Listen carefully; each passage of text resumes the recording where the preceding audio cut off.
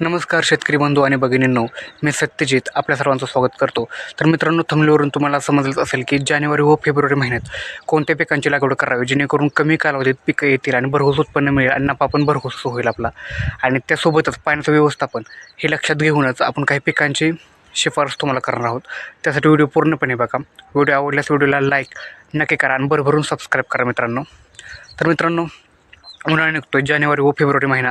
आता जानेवारी उत्तरार्धात आहे, त्याच्यामुळं 15 जानेवारी ते 15 फेब्रुवारी दरम्यान जी उन्हाळी पिकांची लागवड होते, यामध्ये कोणकोणत्या पिकांची आपण लागवड करू शकतो तर ते सांगतो मी तुम्हाला. त्याबरोबरच पाण्याचं व्यवस्थापन कशाप्रकारे करायचं, त्यांना बाजारभाव मिळेल का नाही मिळणार ह्याच्याबद्दल पण आपण बोलू. तर मित्रांनो, 15 जानेवारी ते 15 फेब्रुवारी दरम्यान आपण कोणकोणत्या पिकांची लागवड करू शकतो तर यामध्ये भेंडी आहे, काकडी आहे, घेवडा आहे, टोमॅटो आहे, कोबी आहे, त्याबरोबरच फ्लावर आहे. सोबत मित्रांनो, उन्हाळी तीळ करा तुम्ही.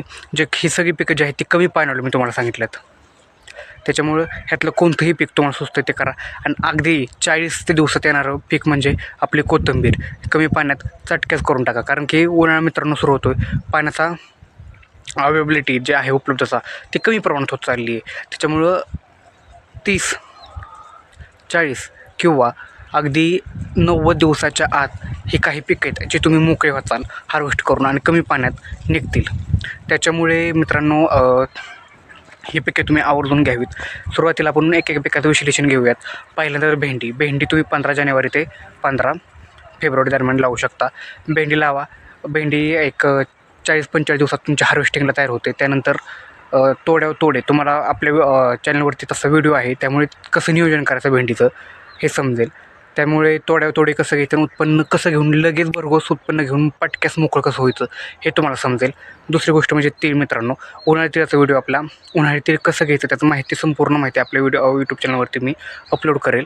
त्यासाठी महत्त्वाचं म्हणजे पुढचे येणारे व्हिडिओज तुम्ही सगळे बघा, म्हणजे तुम्हाला कळेल की उन्हाळी पिकांचं नियोजन कसं करायचं, पाण्याची कमतरता असताना देखील भरघोस उत्पन्न कसं घेऊ शकतो, पाण्याचं ड्रिप इरिगेशन वापरायचं का स्प्रिंकलर इरिगेशन वापरायचं जेणेकरून पाण्याची बचत होईल आणि पाणी उत्पन्नात लागेल. त्याबरोबर इतर कुठले महत्त्वाचे प्रॅक्टिसेस आहेत जे आपण घेऊ शकतो, ज्याच्यामध्ये आच्छादन असेल किंवा काही मी तुम्हाला हार्मोन्स सांगणार आहेत किंवा काही असे उपाय सांगणार आहेत की उन्हाच्या तडक्यातसुद्धा तुम्ही आपलं झाड हे ताजेतवानेदार ठेवू शकता आणि उत्पन्न घेऊ शकता.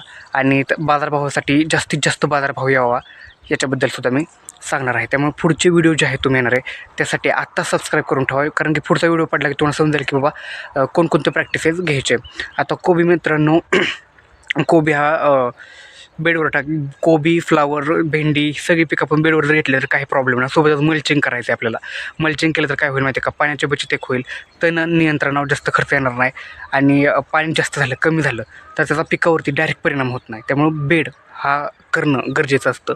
इतर जर आपण वाप तयार केलं तर त्यामध्ये तो फायदा नसतो.